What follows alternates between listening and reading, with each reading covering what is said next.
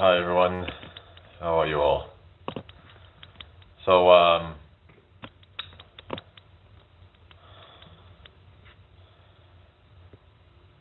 hope you're all well. Hello heaven. What's that? Guess what? What's that?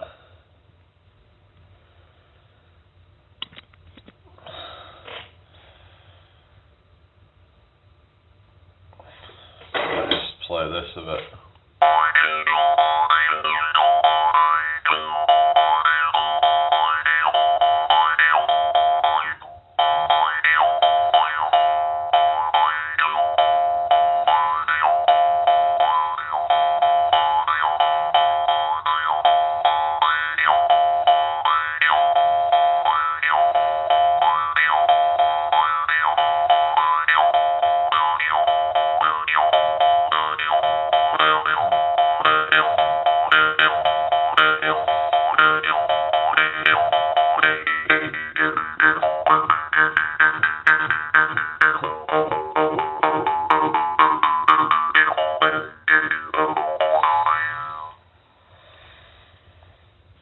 I am getting ready to get married to my boyfriend Tristan. Oh, congratulations.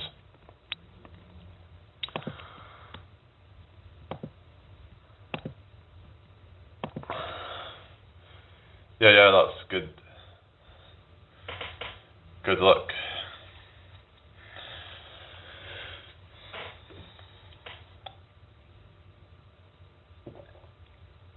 Thank you for the likes.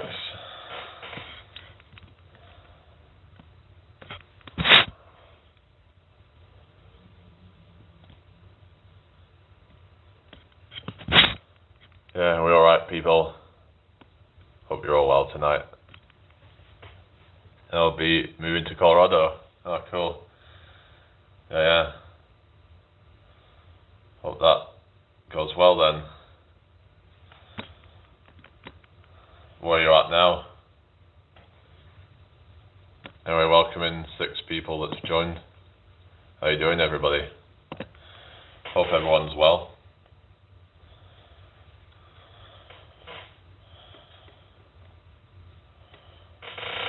Oh, Lebanon. Alright. So you got traveling a long way then. Oh, Lebanon. Oh, yeah, Lebanon, Pennsylvania. Oh, I thought you meant Lebanon as in like the fucking country for a second. Oh, yeah, you did say, didn't you, there was Lebanon, Pennsylvania. Well, that's still quite a long way. That's the other side of the country, very much. Well, it's halfway across the country anyway. Hello, John. How you doing? Hope you're well tonight. What's everybody been up to today then? Yeah, what shall we discuss then? Not much right now. I was talking about the different pills, right? This is kind of stupid, but yeah. A little deviated. How you doing? Like, you know, we get people who get sucked into all that red pill stuff. It's like, yeah, there might be some truth to it, but it's like, but some of these guys get into like, you know, pick up artistry and trying to like manipulate women into dating them and stuff. Like, you shouldn't have to manipulate a woman to date you. I think that's a bit, I don't know. I don't really agree with all that. You know, it's just, I don't think that's something that real men do. Real men don't have to like manipulate a woman into being with them. You should just be trying to focus on, you know, being ambitious and just focus on building the best life for yourself. You'll naturally attract a woman. You don't have to like try and play some stupid game or something. Hello, Harjeet. Oh, really? Women manipulate themselves that they see the signs in the beginning, but they choose to ignore it. Well, those are the type of women that I would say are the ones that why would you even want to date anyway? You know what I mean? But that's the thing, is that you could say it's a kind of, some might say it's a form of karma or something, but there is some women out there that will just kind of sleep with the bad boy, and it's like they should have like known better, because they've got this guy who manipulates them. They say the right things, and but you shouldn't just give it up to someone right away. To me, that shows that you have a lack of value if you're just willing to give it up that easily, that shows to me that you lack self-control or you lack value or something. But anyway, little Jonathan, I don't know what you're on about. Old ass dudes. You're talking about me? I'm not old. I'm still young. A young guy. Oh yeah, the wig.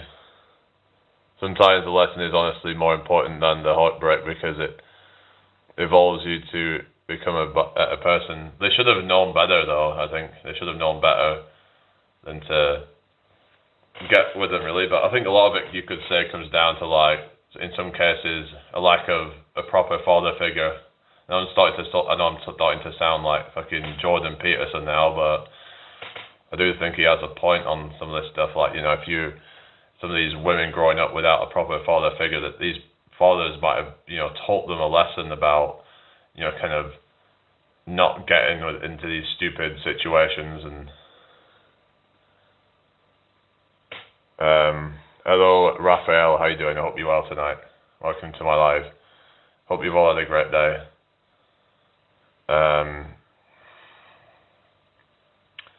Yeah.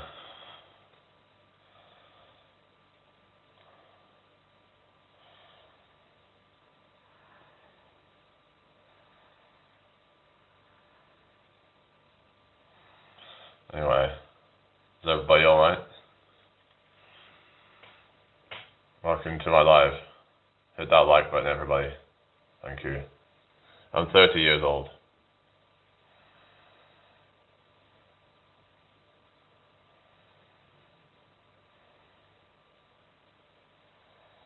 What are you about? Red wig? What are you talking about?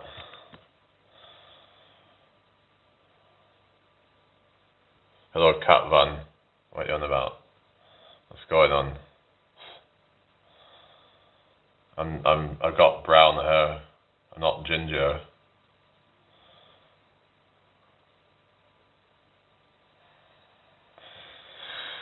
Okay. I'm probably just gonna get off soon. I really can't be arsed with all this. Seems like most of the people in here are just here to take the piss.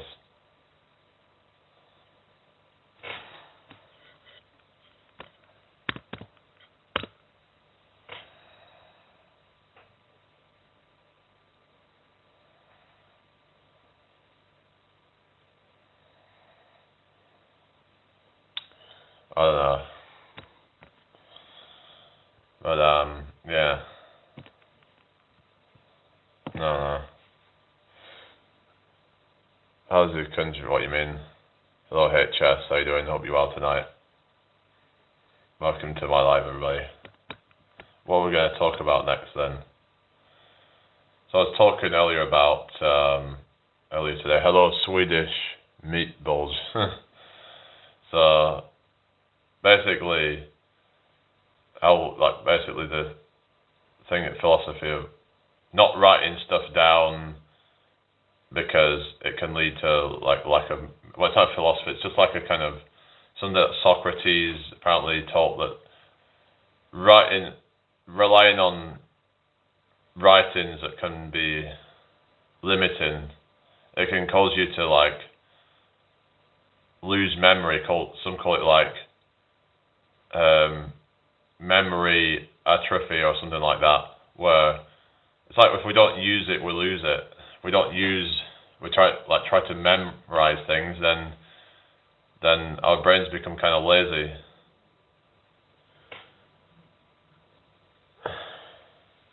Yeah, I mean, I've heard that in York, like there's some hotel where there's about 400 or 500 of them staying.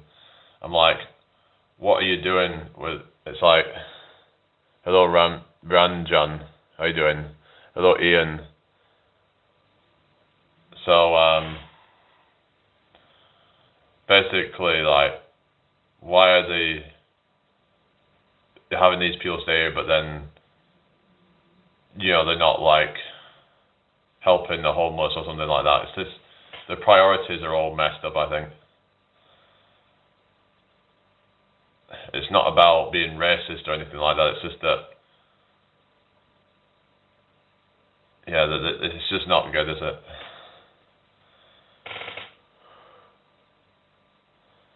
Hospital panic as surgeons discover WW1 bomb. What the hell are you on about? But doesn't writing stuff down help you to organize your thoughts, or you talk about lists and stuff? I mean, you could. You're on about like journaling. You're talking about. I mean, talking about like relying on like when people like. Well, basically, there was this thing about Socrates' idea of like. I could read it out again if you want.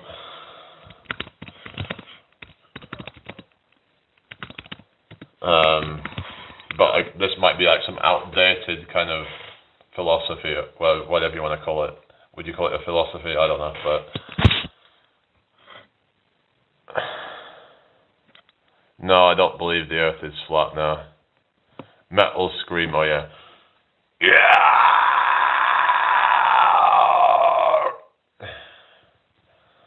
There you go. So this is about saying that throughout his discussion with a colleague, Socrates insists that writing destroys memory and weakens the mind. To support his theories, Socrates recounts a story in which two Egyptian gods, Thoth and Themis, debate the merit of introducing letters or writing to the people. I just said I don't believe the Earth is flat, so what are you on about?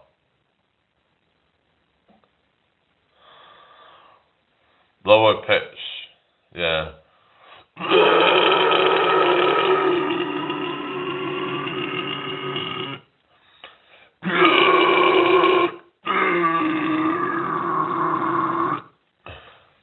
There you go.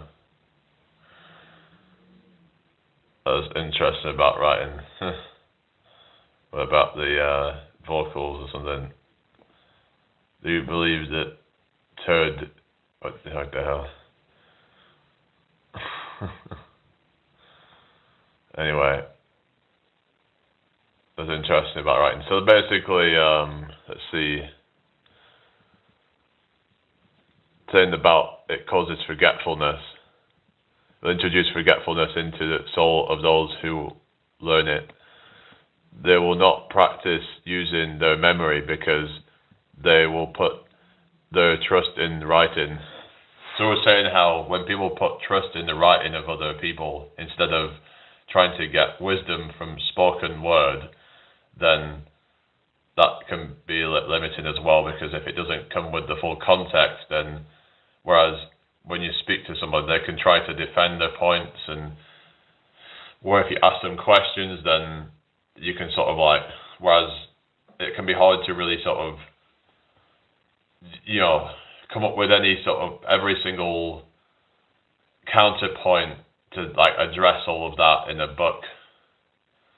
Usually they won't do that. So like, yeah, basically when you hear wisdom and stuff like firsthand, it's from a person that's probably the best. But anyway, Kavana, I don't know who that is. Kavana. I often thought that writing was a bit useless. I mean, some people say that like it can be good for like, say like for example when we're at school, they'd have us write down stuff from a textbook onto paper. It's like they will sort of have us say read through bits of text and then write stuff down like and whatever, because it's a way of locking it into your mind or something, instead of just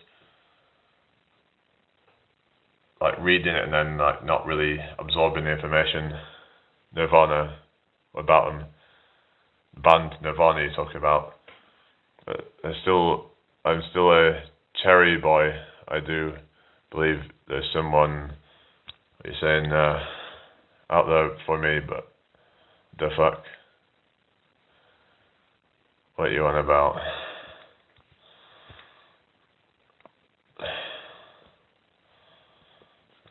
That's some weird comments and stuff. I'm not really into Adele, sorry. I mean, not really my thing, but are you?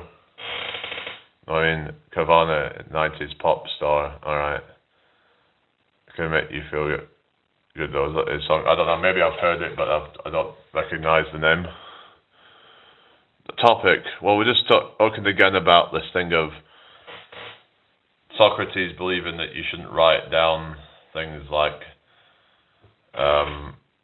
it says here, why did Socrates not write anything?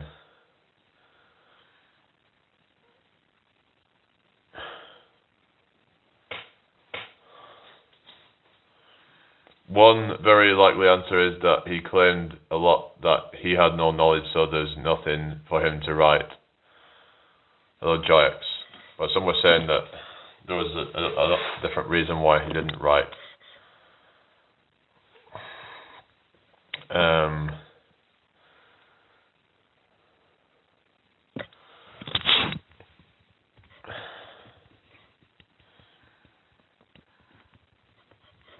Hello, is that a squirrel? How you doing? You look Adele and Gaga, okay. Well, if it makes you happy, then that's good. Whatever makes you happy, obviously within reason, but yeah, you know what I mean.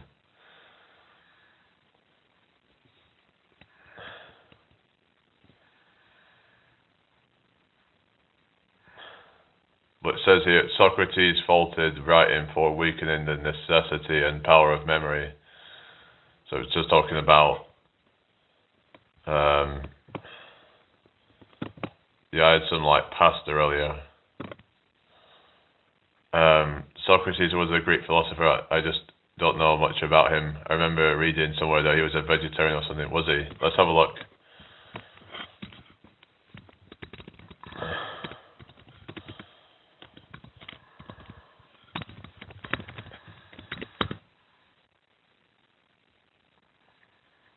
But it says it's debated. Apparently he advocated a plant-based diet in Plato's Republic for health, moral and peace-oriented reasons. He promoted moderation over luxury, though some accounts show him following a diet common to ancient Athens that was mostly, but not strictly, meat-free.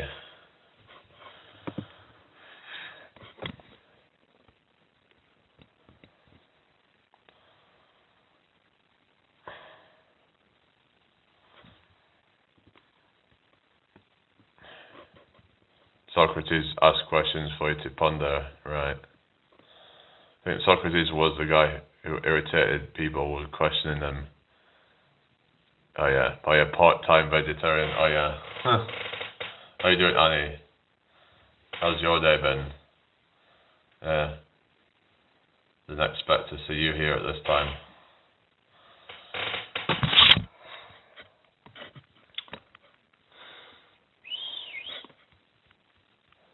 Anyway, thank you all for joining me tonight. And Socrates believed that the written word was bad because the idea needed to be examined and tested in real time by dialogue, but I don't like it. Why don't you like that? I think that, yeah, like, in terms of, like, what they call empirical evidence, that if you're going to write about something, that's like, oftentimes it's just based on somebody's opinion or somebody's, you could say, well, it's good to have people to have some ideas and to share those ideas out, I suppose, like to get other people to do their own experiments and things and try it out for themselves. As long as you're not claiming that it's 100% gospel fact, then I don't see anything wrong with writing about things that haven't been completely scientifically proven. Yeah, Lancashire, I mean, I live in York now, but I'm originally from Lancashire, yeah. Okay, that's interesting. I should check out some of his philosophies. I do remember some stuff from Marcus Aurelius. I apologize, I think, Marcus Aurelius, I think it is, isn't it? He established the ethics for Western philosophy. Alright. So yeah, I need to look more into some of the stuff on these old ancient philosophers.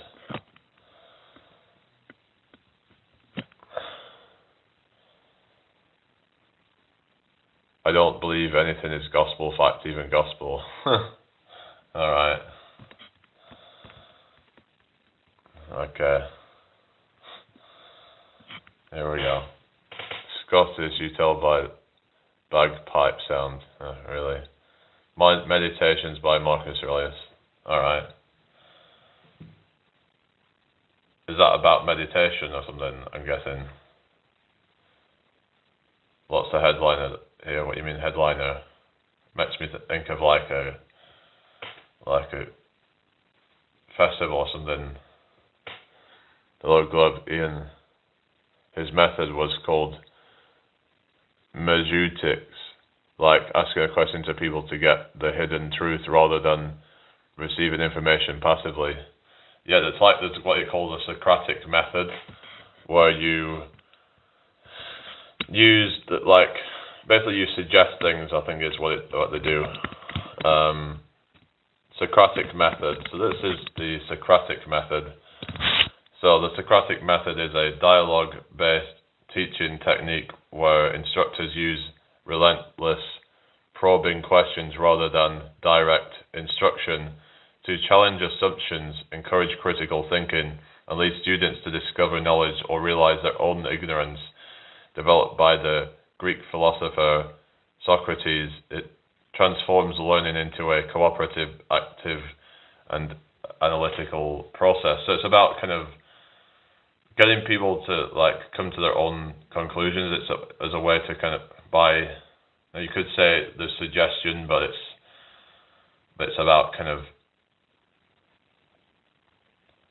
it's all about basically getting them to ask questions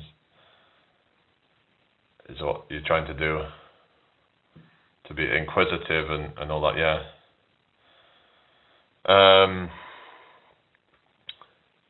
But about getting them to try and justify their own beliefs, because if they can't justify their beliefs, then they will stop believing it. Instead of trying to have a belief pushed on somebody, you would try to get them to question their own beliefs as a way. So it's kind of because a lot of people, they don't want to feel somebody has influenced them into a decision, basically. Oh, hello, Onkkuff. How you doing? Welcome to my live. Thank you, Justin. So yeah, says purpose, to foster independent, higher order thinking and uncover the deeper logic or flows in reasoning. Methodology, it involves a structured, question-driven conversation, often requiring participants to define and justify their beliefs. Structure, it often follows a four-step process eliciting preconceptions, clarifying them, testing hypotheses, and evaluating the findings. Application, commonly used in legal education, e.g. in the University of Chicago Law School. Psychology and philosophy, to analyze complex ideas through debate and inquiry. Key differences, unlike traditional lectures, this method treats the teacher as a facilitator engaging in a dialogue rather than a one-way transfer of information. So yeah, so there you go. If you don't question your beliefs, you'll never learn. Exactly, that's what it's all there to do. Instead of trying to tell people the answers, because then people can, sometimes people can get defensive when you do that sort of stuff, but it's all about trying to open up people's minds and kind of have them sort of question things. So then they think it was their idea. If they change their mind, that they need to think that it's their idea, but you were the one that planted that seed, but they think that it was their idea, basically. That's what the Socratic method is. Some might say it's a bit manipulative, but it's good when it fosters that sort of critical thinking.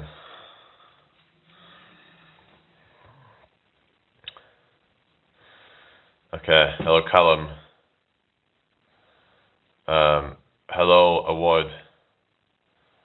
discourses and selected writings by Epictetus. Oh, really? What's that about? I mean, Socrates was Plato's teacher, and Plato was Aristotle's teacher, right? So Socrates, were you saying that he came first or something?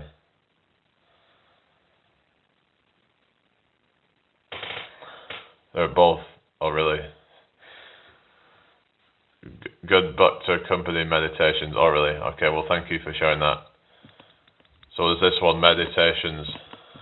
Did you say Marcus Aurelius, was it? Meditations.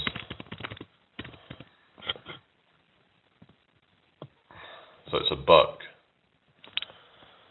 It says it's a series of personal writings by Marcus Aurelius.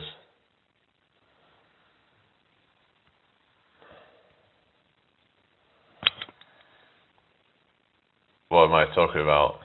You just keep coming in here and being negative, so I'm just talking about ancient Greek philosophers and things like Socratic method. If the Socratic method is used as its intended purpose, then it's of course good, but can be manipulative in the wrong hands. Yeah, it can be if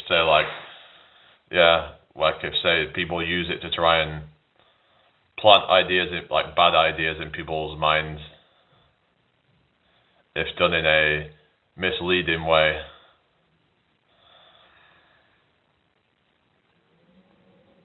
Jesus is what's that? Yod-Belf is the God of the Bible. Oh, really? Okay.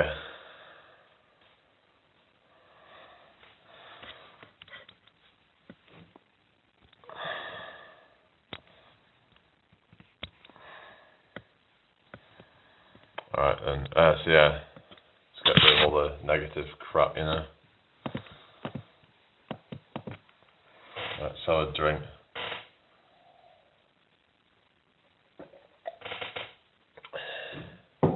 Oh, we're doing tonight, everyone.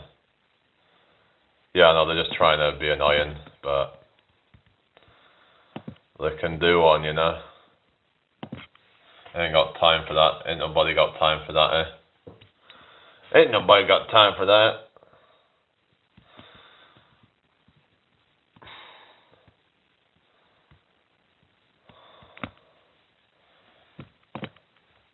Yeah, fuck that shit, you know.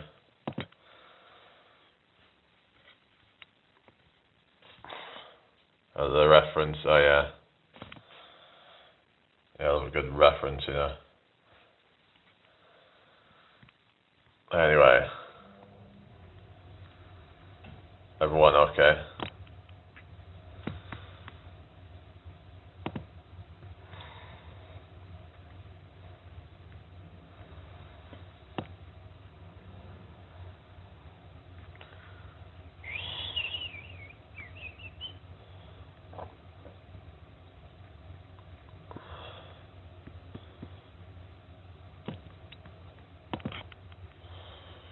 Socratic method works only if the listener is fully engaged and focused during the conversation. True. Yeah. So some people are just kind of like completely just not engaged at all. Jesus died for nothing. What do you mean? What do you mean Jesus died for nothing? I don't know what you mean. Jesus died for nothing.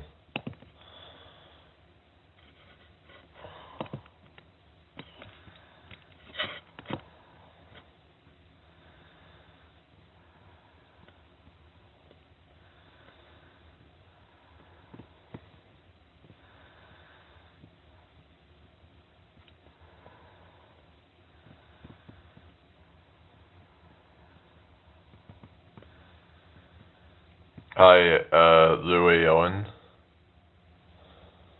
Speaking of manipulation, have a look at Niccolo Machiavelli. I've heard of Machiavellianism, which is about being manipulative and for your own personal gain. Yeah, there's a lot of, cause audiobooks can be a way to like just, it can take a lot long, hello 3Ale, it can take a long time to sort of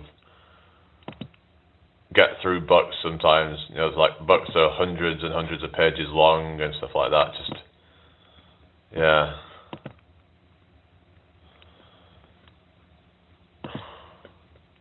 I was wondering why is it my monetization revenue? It's not really. Yeah, well, that was. Hang on. Maybe it's just not been out long enough yet to see any updates on that or something.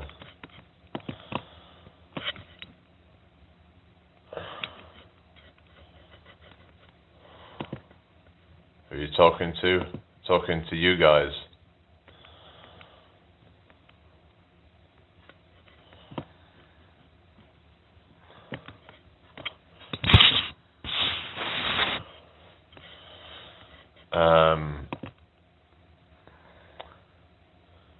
I think nowadays everyone uses the Machiavelli strategy rather than the critical thinking by Socrates, luckily. Yeah, that's unfortunate.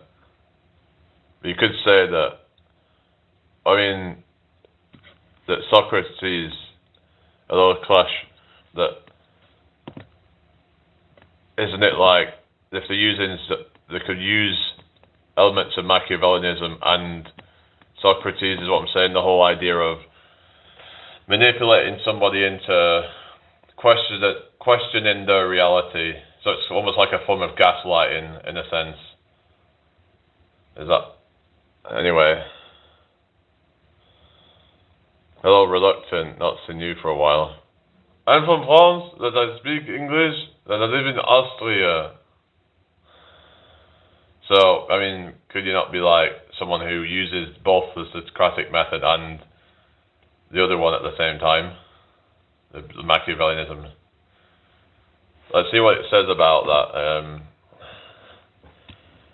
that.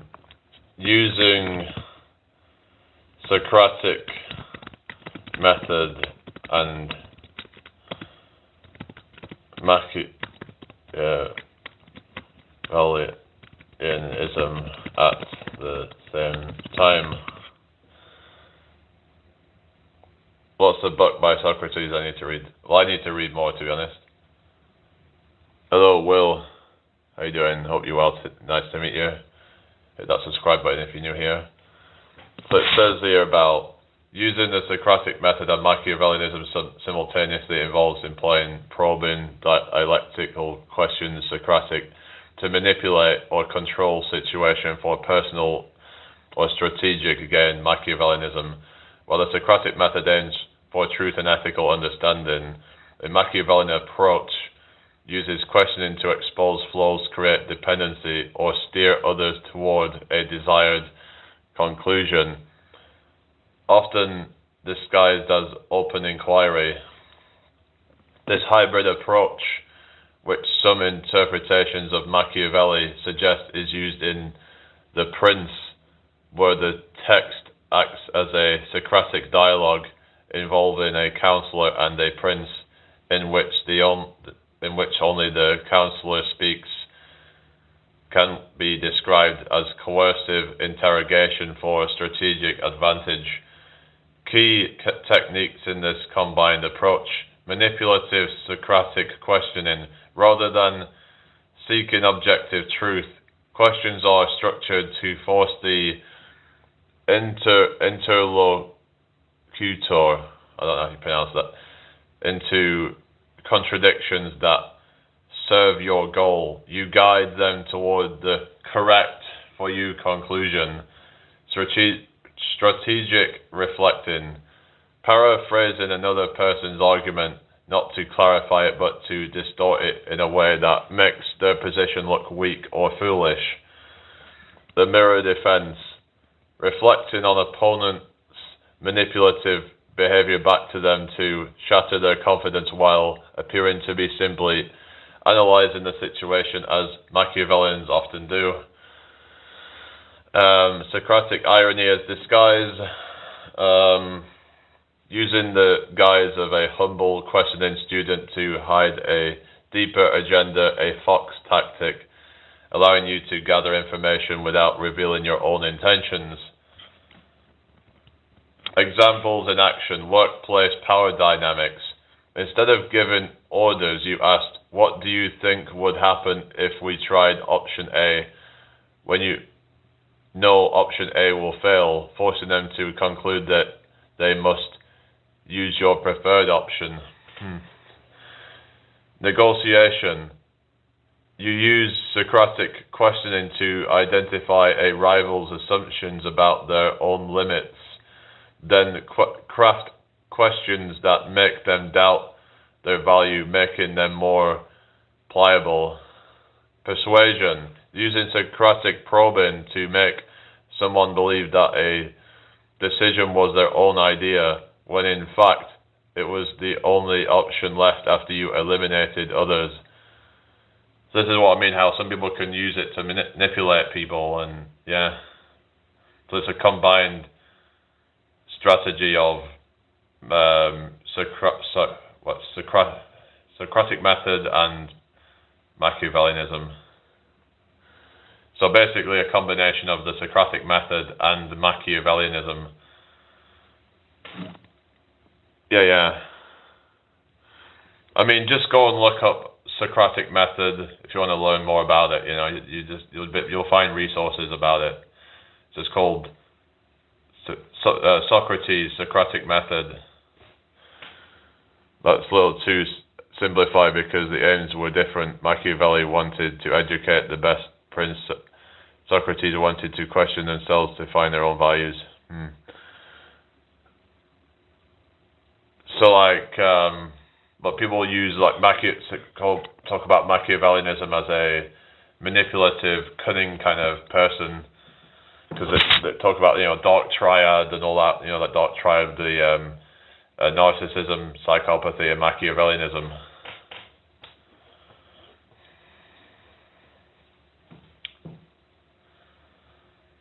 Anyway, hello, yeah, how are you doing? Hope you're well tonight. Socrates has never written a word. All we know is from his students, especially Plato. Yeah, that's right, because we just said earlier about how Socrates refused to write, and we were just saying about why did he refuse to write. Some people suggest that it's because spoken word is better than writing or something like that, or saying that people would not remember as well if we relied on writing. That he wanted his students to just remember his teachings off by heart, as opposed to having it as written down. You know what I mean? So yeah.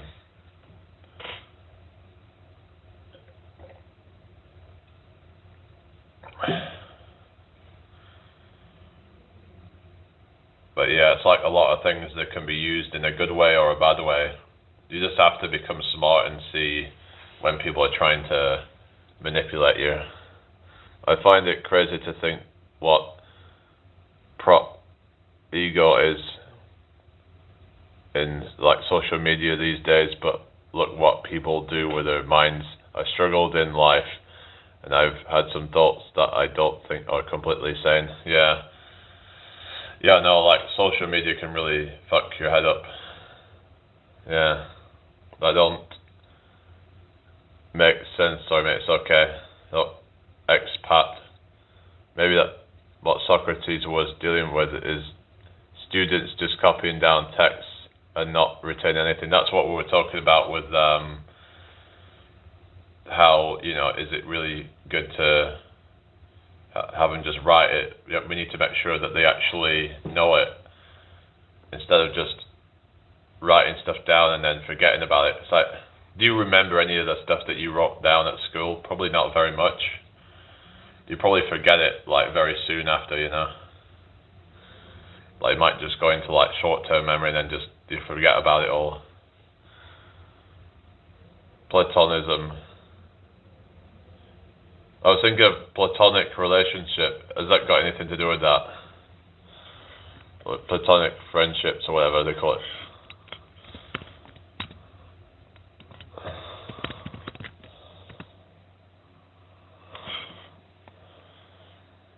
Um, yeah, yeah. You're a Gnostic of a.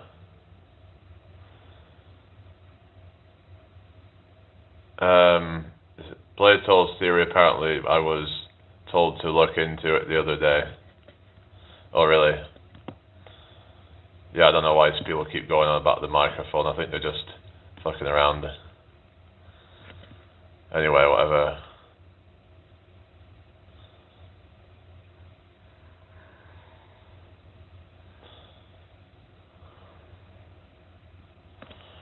Neoplatonism. Platon is my favourite philosopher of all time. Oh, really? Hello, Mars bar. Nah. Oh, you're a Scientologist. Oh, really? I thought that was just for, like, the elites or something. You get these, like, elites that got caught up in the Scientology shit. Has anyone ever seen about the thing on mega churches? You get these kind of, like, people that believe that if they... There's a thing called the prosperity gospel and all this kind of stuff. And it's like a cult thing. And only the people that like basically at the top of it actually make money because they make basically like it's for what it seems anyway. They're just like taking all these donations and the people that believe that it's gonna come back to them. And it's just all a bunch of BS to just, in my opinion. I've got to say my opinion just in case. You never know, do you? But yeah, anyway. You want your own cult. What would you have as your own cult? Huh.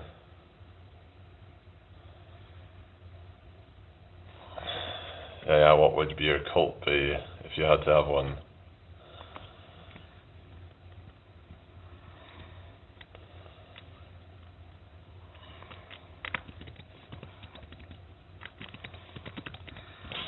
Oh, you're agnostic.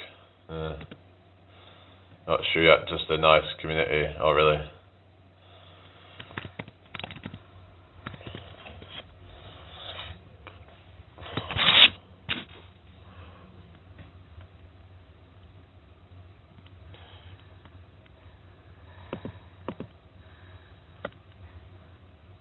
Is everybody okay? Hope you're all well. Yeah, there's billionaires now because of the donations. It's sickening in America on TV. Apparently one got told she was going to get cured of cancer by God and then she died. Yeah, I've seen something about that. Yeah, it's just absolutely fucked, isn't it? You know, when people believe in these, in my opinion, they're just a bunch of charlatans. It's like you get these, just fakes out there who, there's like, yeah. It's like there was this, what was it? Somebody claiming to have a cure for cancer but she faked having cancer in the first place or something. Somebody did. Can't remember her name, but it was somebody who got exposed as a fake. It's just not right, is it? Yeah, playing on people's minds, it's just sick. It's just disgusting.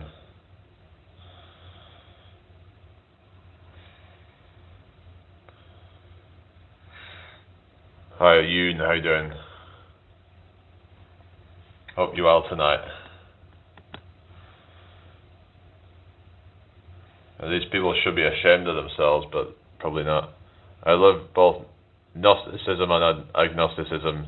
They seem opposite, but they both question the knowledge so much. Really simplified to say, I like that, but you got me. Oh yeah. I've been talking about this unified consciousness field theory, which seems to be kind of along similar lines to like Gnosticism and more kind of mystic faiths, if you will, that are not the same as like Abrahamic religions. But yeah, basically like the idea that there's only one soul in the universe, and some people say that that can be tied to like kind of string theory, or like say I don't know if it's string theory, one of those quantum kind of theories, right? What's it called, quantum entanglement or something, and this whole idea that we're all interconnected and that we transcend time, basically. It's a crazy theory when you think about it, but like we don't understand how complicated the reality is that we're living. So what if time is not linear, and what if the person you're seeing is not actually necessarily on the same timeline as you, or maybe they are, but it's like it's a really kind of like there's a lot to get your head around if you're new to that, different concepts and stuff. Yeah, skepticism. Yeah, absence of knowledge. I mean, I think I would say agnosticism is just a more honest kind of take on things. It's like but then I think that there are certain things that you can have a conviction in, whether that's some ethical thing, morality, whatever. But like when it comes to like the fundamentals of reality, it's hard to really know, because everyone's got their own subjective beliefs on it. If it was so easy to know, then why doesn't everyone just believe the same thing? Although I'm a human, I try and keep an open mind. Yeah, hello GTA. You're either fool if you think you know everything. Yeah, that's right. You have to be honest, but to say that I don't know. You might believe in something, but it's just a belief. People act as though a belief is knowledge. But if you say you believe in God, then you don't say, I know God exists. I know for a fact that God exists. Because if you was being honest, you wouldn't probably say that, would you? Because Wade says good night. Okay, thank you. Yeah. Any more questions, people?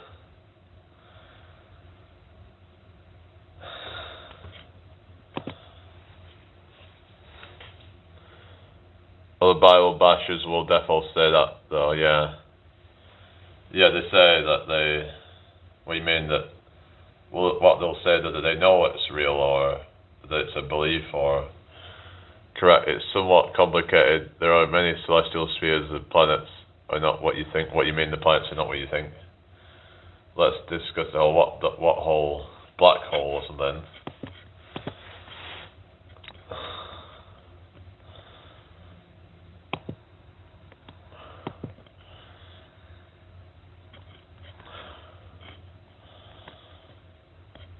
Just by the metric people base on reality on a start and a finish. Yeah, what are you trying to say? Aristotle, the more you know, the more you realize you don't know. Exactly. It's like even when I look into like, the mechanisms of the human body, for example, there's so much complexity to it. And there's even things that I think that people still don't understand, certain mechanisms. There's that much different things. They even don't know every single nutrient in the body. Like they're still finding out things like phytonutrients and stuff, and trying to find different mechanisms and how they interact and stuff, because it's almost impossible to know everything about it. The planets are archons ruling this realm. Oh, really? How do you know that? For argument's sake, let's pretend it has some Star Trek force field around it, so it's a hole going straight through the center. Alright. Okay. A little end-to-end encrypted. I live in York. Where are you from? The thing is that also many philosophers were spiritual like Aristotle, but still it doesn't mean that God was a creator who creates for love like in our religions. Yeah, because I was thinking about like if there is a God, maybe he's a sadist. I mean, It's just, that would be like an uncomfortable reality, but what if God actually is a sadist? Because sometimes you think to yourself, why would he do that? Unless, but then some might say, well, if he's a complete sadist, then there wouldn't be any good at either. Are you from Birmingham? Go some chips and gravy.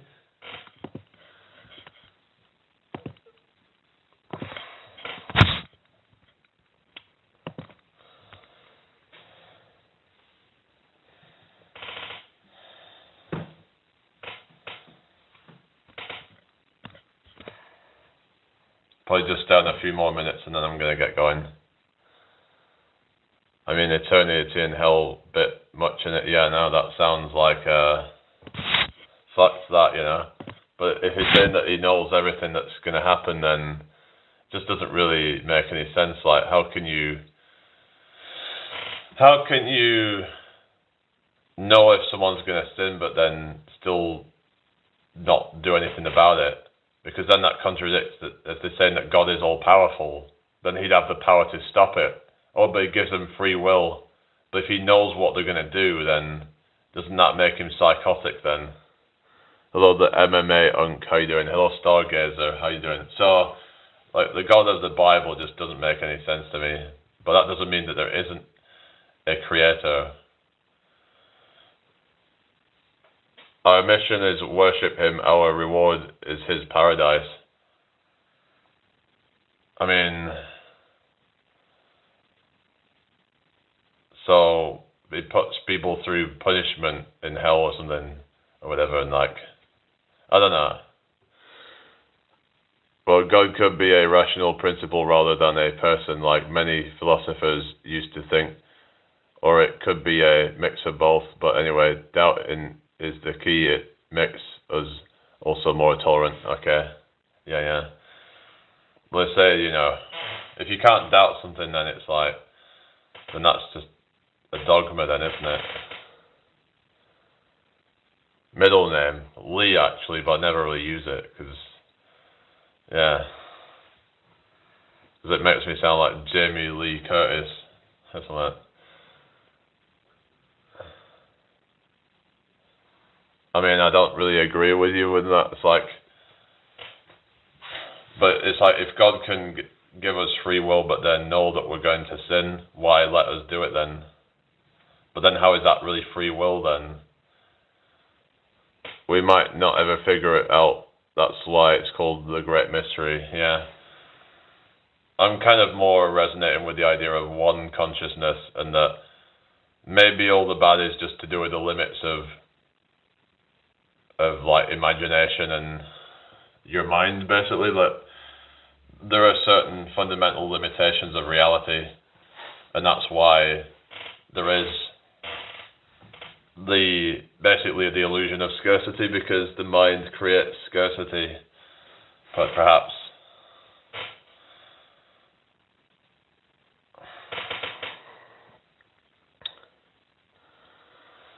that's that we can connect with the angels, not the Father. How come? Why can't we connect with the Father then? I mean, that's why I wonder why people, or why, if you get one, yeah. We have free will to choose the state, mansion we occupy. But who's we though? Because for all we know, we could be I am. We'll talk about that again, that this whole I am thing. Because some suggest that we is just I am, but different reflections of I am. Hello, Healthy Me, how you doing? What you mean, the mask man? What are you talking about?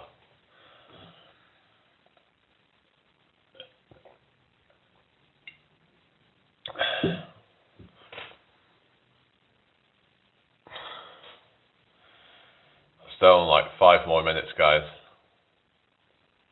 Oh yeah, Will I am. Will I am. Yeah, there's like Florida, Will I am, so it's like Florida and William. Yeah.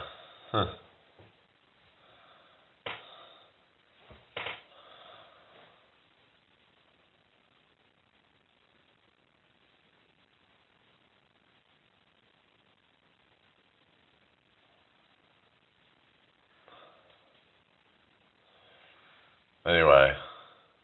Oh yeah, black-eyed peas. I wholly believe in the right for everyone to think and speak their own opinions no matter what. Yeah. Some people might say, well, what if someone has very extreme views, but then some might say that if we don't allow that, then how can anyone challenge it, you know? Then we create echo chambers. Some say in order to, kind of deal with like bad information, we counter it with good information, instead of trying to censor it and then have them in the echo chambers. Hello, the L Dog, welcome back. Beam me up, Scotty. I always thought of it as like, beat me up, Scotty. Yeah, beat me up, Scotty.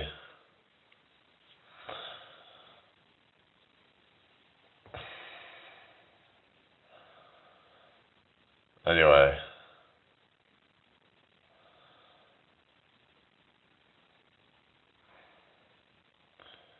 But we'll create Mars as a new Earth. Or you mean Mars as a new Earth? Gets beamed back into the spaceship, right? That's why there is the balancing force of cause and effect. Oh yeah. Well, this is what I've been thinking lately about the fundamental of consciousness, is that we can't have consciousness without the universe, as in like all the material and what we can observe. And the universe doesn't exist without consciousness. Yeah, I remember there was this guy called Robert Lanza or something, and he was like this, I think he was like quantum biologist, and he talked about this thing of consciousness creates the universe, not the other way around. But I would say that maybe they're actually integrally linked, if you will, that you can't have one without the other, that they're all kind of, consciousness is mental. What do you mean? Were you saying that it's produced in the brain or something, and what goes around comes around, right? What's that brain cosmology? What do you mean? What do you mean brain cosmology? Is that like a philosopher or something? Brain, is it B-R-A-N-E? Let's have a look. Brain cosmology. Let's have a look. We could all be part of some mega celestial sized goal or something. Oh, really? Huh. Where do you draw the line between consciousness and non-conscious? I mean, is there really ever such a thing as non-consciousness? Like, there's different altered states of consciousness, but let's think deeper, and then you might say, well, what about when we're sleeping and we're not dreaming? Well, as far as I'm aware, that is not, no time went past. It was all an illusion. Maybe it's based on what we expect or something. We wake up and then, because our bodies need a certain amount of time of rest. But the thing is, from our perspective, no time has actually gone past. So were we ever unconscious, or did we just did time just suddenly, kind of just like jump 8 hours or something? a little terabyte, right? The only times are when you are killed or under anesthetic. But then you could say, well, if you're under anesthetic and you're knocked out, but then as far as you're aware, no time has gone past, because you can't measure time while you're unconscious. So you could argue that time just jumped an hour or whatever. You know what I mean? Even in a coma, there is consciousness. What do you mean? I thought they said that there isn't any. I mean, what you mean? There's you're on about dreaming and stuff. Because some people say that when you're when you die, it'll just be like when you go to sleep and there's nothing. But it's like, anyway. Our Gnostic friend who has who was here could give us a whole list of grades of consciousness. Oh, really? Time is a never-ending moment. Yeah, they were saying about, like, what is it, Alan Watts, The Eternal Now, have you seen that one? Brain activity. I mean, but it's like, this whole thing of consciousness, well, it's like, well, why am I here right now in this body? Like, it just all seems to be like, that's what doesn't make sense to me.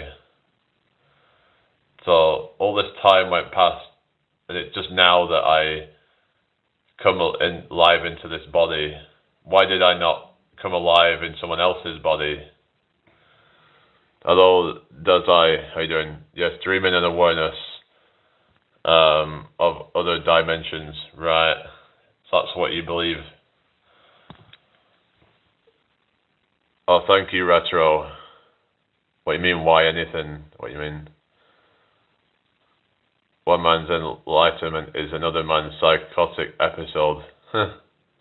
Well, it comes down to your own perspective, I suppose. I'm okay, thank you. How are you doing? But that's odd to really quantify, isn't it, Louis? Pneumatic, psychic, hylic. What's pneumatic and hylic? Because your soul chose this. Alright. But then the question is, why choose suffering? Is what I've been thinking about as well. Why choose suffering? Or some people say it's just a way of learning through suffering, but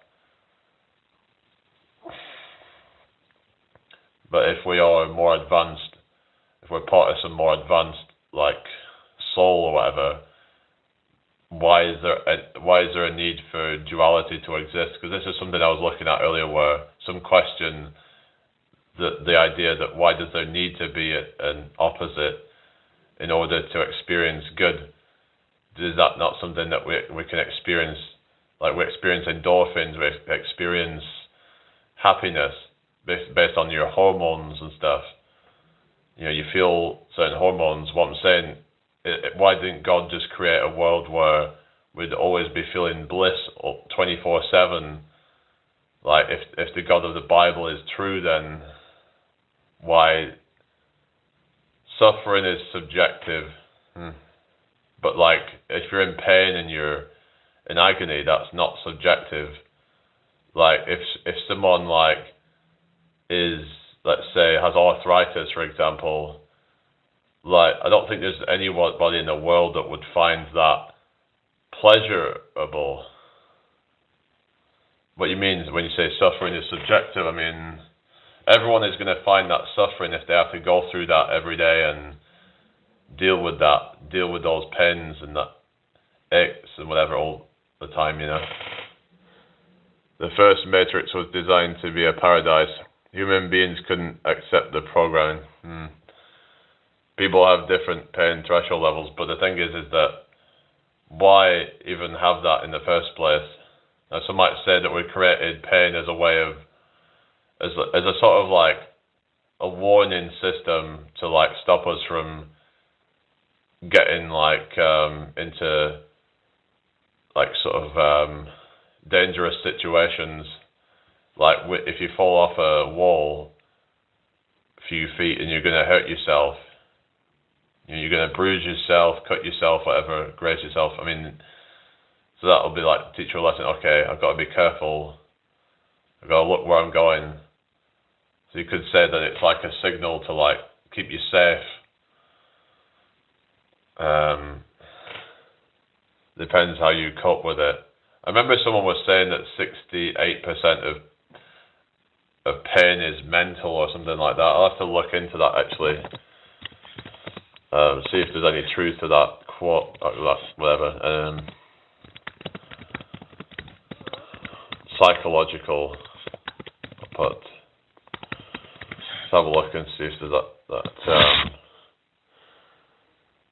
Yeah, I don't know what the percentage is, but that's what they claimed anyway.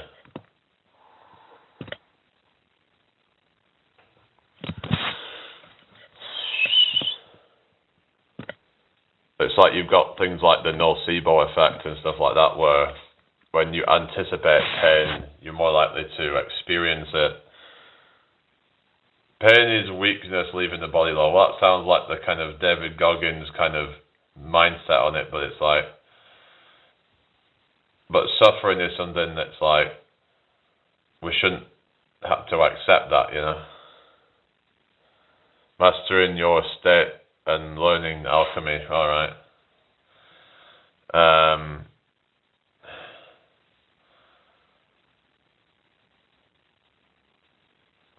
But yeah, I think there's just certain limitations of humanity that's, yeah. I guess we can't be ever perfect. There's a lot of come to realise that it's a utopia. Oh yeah, I've heard about panspermia before. Isn't that where, what is it, panspermia? Panspermia. Yeah, I've heard that. Is that to do with like multiple gods or something? I don't know. I'll have to have a look. Panspermia.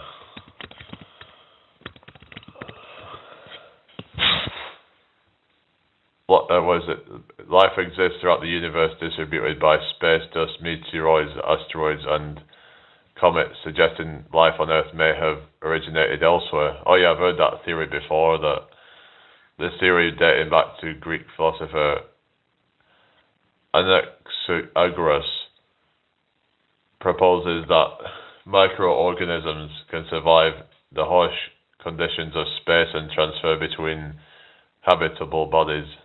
Alright. Hyperborea, no. Why is that user?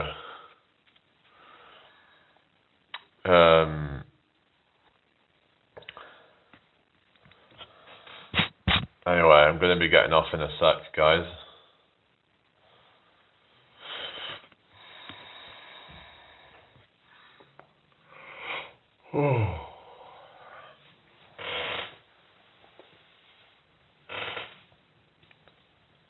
Agartha. No, I've never been there. I'm gonna have to get going, I think, guys. I'll see you all tomorrow. Yeah. Take care, everybody. Milton Keynes, never been there. The Stargate is real. Oh, really? Alright. Take care, everybody. Good night. Bye for now.